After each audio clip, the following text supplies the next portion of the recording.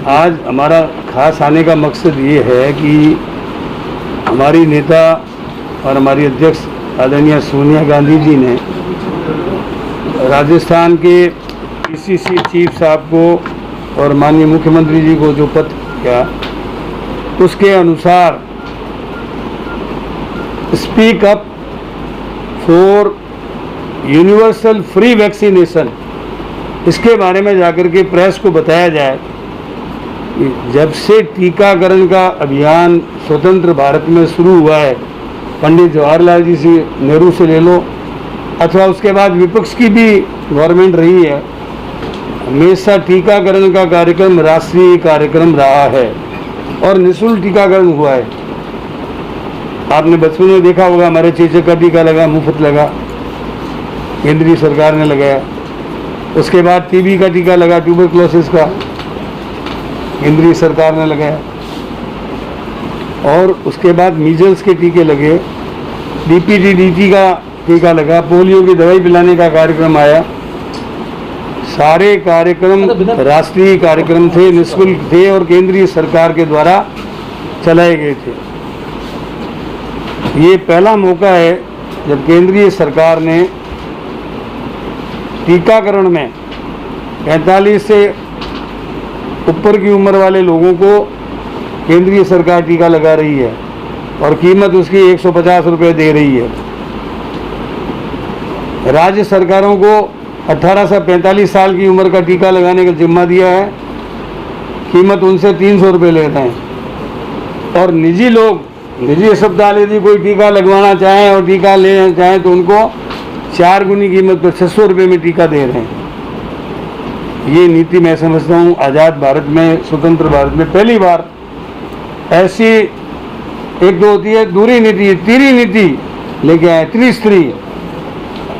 इसकी हम निंदा करते हैं और ये मांग करते हैं कि राष्ट्र के हित में वैश्विक महामारी को रोकने के लिए देश में टीकाकरण का अभियान, ये राष्ट्रीय अभियान होना चाहिए, निःशुल्क होना चाहिए, सेंट्रल गवर्नमेंट को चलाना चाहिए।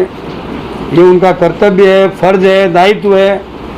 अपना दायित्व बोध मानते हुए इस टीकाकरण अभियान को भारत सरकार के द्वारा चलाया जाना चाहिए। नंबर 1, अभी जो टीकाकरण चल रहा है आप देख रहे हो, 16 लाख लोगों को प्रतिदिन टीके लग रहे हैं, जबकि भारत की जनसंख्या, भारत का क्षेत्रफल, भारत की जो स्थिति है उसको देखते हुए 1 करोड़ टीके रोज लगने चाहिए।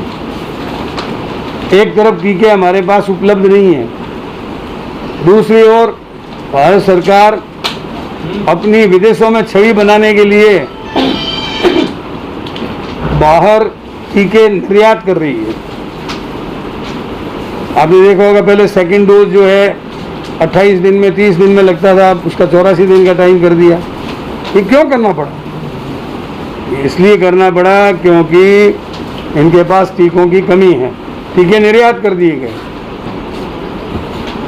दूसरी बात मैं ये कहना चाहता हूँ कि आज देश में बहुत सी ऐसी कंपनियां हैं फार्माकोलॉजी की, फार्मेसी की, जो टीके बनाने में सक्षम है। उनको पेटेंट देकर नीति का सरलीकरण करके टीकों का उत्पादन अधिक से अधिक करना चाहिए। वो नहीं कर रही है, उसके कारण अब तीसरी लहर के लोग आशंका कर रहे हैं 0 से 18 वर्ष के उम्र के लोगों को टीका कब लगाएंगे। फिर आपको एक बात और बताना चाहता हूँ, आप स्वयं अनुभवी पत्रकार हैं, टीका सबसे पहले किसके लगाया जाता है? किसके लगाया जाता है बताओ? बच्चों को लगाया जाता है। अभी तक बचे हुए हैं। इन्होंने सबसे पहले बूढ़ों को टीका लगाया है। अब बूढ़े लोग, मैंने खुद ने सुना है, वो कह रहे हैं यार मैं तो 80 साल का हो गया, 85 साल का हो गया, मेरे में तो बोनस जिंदगी जी रहा हूँ। लगाओ तो मेरे पोते के लगाओ, मेरे बेटे के लगाओ, उसकी ज़िंदगी बचानी ज़रूरी है। मैं तो मर जाऊँगा तो कोई बात नहीं, कोरोना में ठीक हो जाऊँगा तो ठीक है, नहीं तो कम से कम आप हमारी भावी पीढ़ी को बचाओ। तो ये टीकाकरण की नीति बहुत गलत है।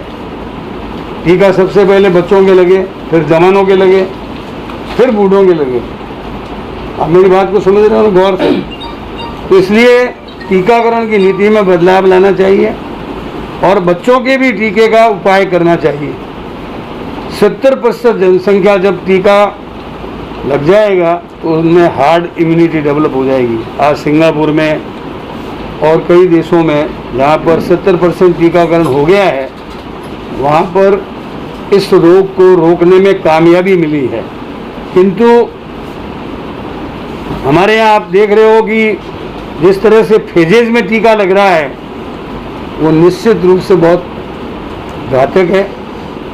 इससे कोरोना रुक नहीं पाएगा। कोरोना को रोकने के लिए तत्काल हमको अलग अलग प्रदेशों में अलग अलग फार्मेसियों को पेटेंट देकर टीका उत्पादन का काम तेज़ी से बढ़ाना चाहिए और इसको एक राष्ट्रीय कार्यक्रम के आधार पर निःशुल्क टीकाकरण करना चाहिए, ये हमारी मांग है। इसके अलावा अब इन्होंने देखा कि राजस्थान तो टीकाकरण में भी प्रथम है, कोविड को रोकने में भी प्रथम है। इन्होंने एक बोगस कहानी शुरू कर दी कि टीकों का वेस्टेज बहुत हुआ है। मैंने कल गंगानगर में पूछा, वहाँ वेस्टेज 1.4% है और यहाँ पर कितना है? माइनस में सर, माइनस -3.1 यानी यहाँ कोई वेस्टेज है ही नहीं।